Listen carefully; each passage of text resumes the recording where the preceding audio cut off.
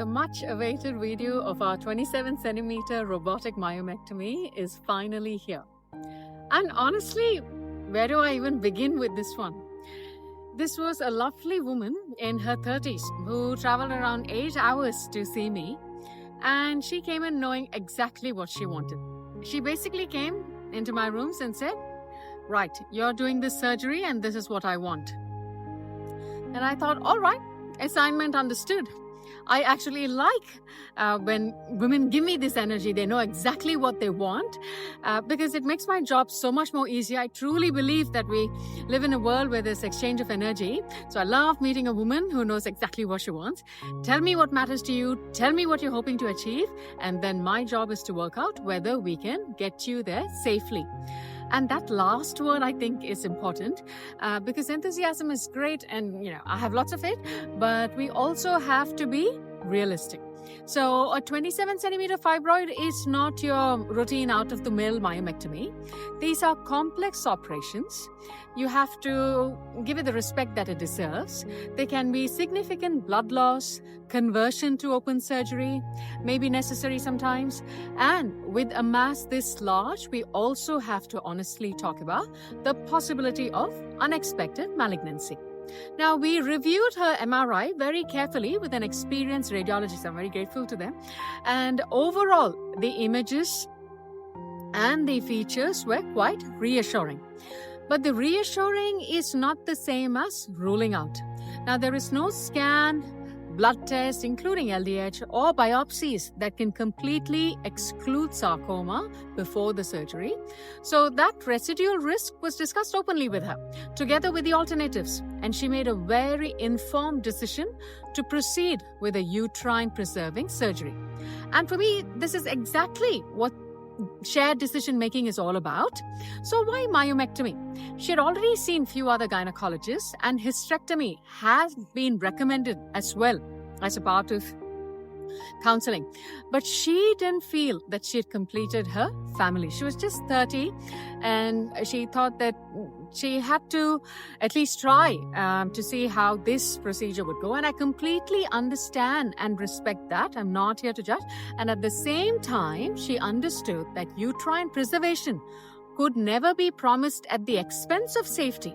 So she understood the risks of attempting this robotically, the possibility of conversion, and if the final histology unexpectedly demonstrated malignancy, then further treatment could be required as well. So as long as we're clear with our patients about what it is that we're trying to achieve, what we know, what we don't know, and what are the alternatives that exist, then we can make that decision together. And that's exactly what we did. We spoke about all the possibilities, all the alternatives, what can be done, what can be achieved, what might happen, and we went ahead with it. So the surgery, we went ahead with a 4-port robotic myomectomy. As you already know, I tried to avoid an assist port if possible. And despite the enormous size of this fibroid, the robotic part of the operation I thought actually went really well. But with the fibroid this big, removing it from the uterus is only half of the problem. For most of us who do these kind of surgeries, we already know this. So the next question that comes to our mind is, how on earth do you get a 27 centimeter fibroid out of the abdomen? So we made an approximately 3.5 centimeter suprapubic incision, like a mini-laparotomy for specimen retrieval. And this is where I really have to thank my beautiful, beautiful assistants because I could suddenly see the obstetrician in them, coming out. I could see it almost ready to jump out. It was basically like, right, let's deliver this baby. And deliver it we did because of the relatively soft consistency of this fibroid. We actually only needed few controlled incisions, and then with a bit of squeeze, we managed to actually take it out intact, fairly intact. So we retrieved it, which I'm extremely happy about. And apparently 27 centimeter fibroid is not enough. Anybody who knows or keeps watching our channel, you already know this. We love fibroids and endometriosis. I think the universe also knows this.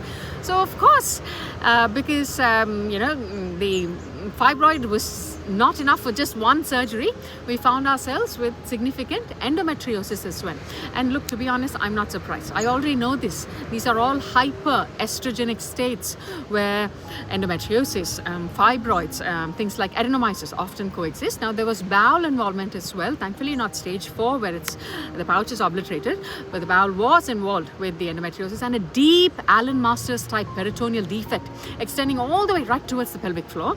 And if you follow this channel, you already know how much we love endometriosis and fibroids. So really, what else can we ask for? So we carefully dissected down. We shaved the endometriosis from the rectum where it was required, and we excised the deep disease as well. So hopefully you will appreciate all of that in this video.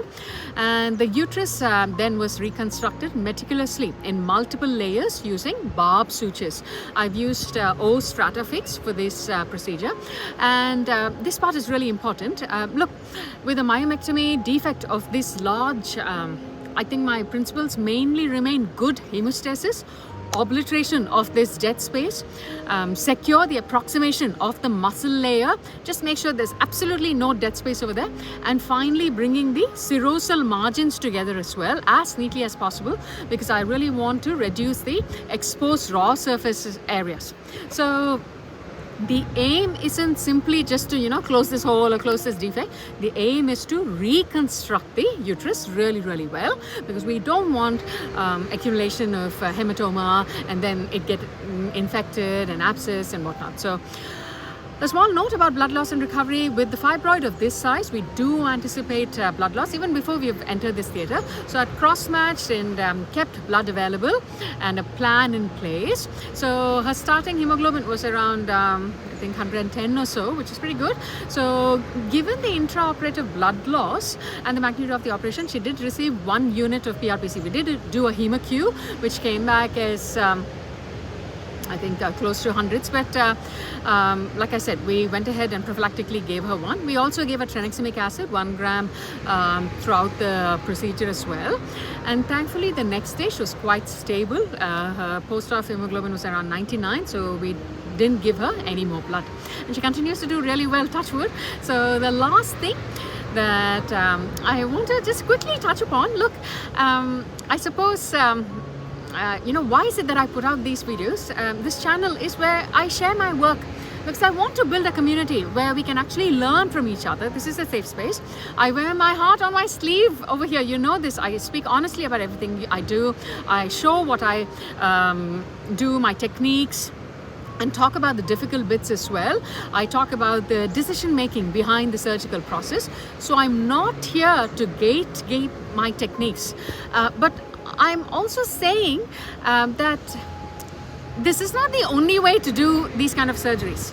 I completely understand that. There are many ways of doing good surgeries, and there are surgeons all over the world doing extraordinary work who simply just don't have the time or the inclination to put it out there online.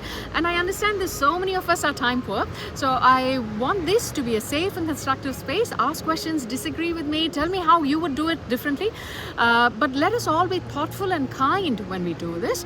Let us know that we are all here to learn from each other, me from you, you from me, and together I think we can form this really robust community where hopefully all of us talk about our experiences, say how we do things our way.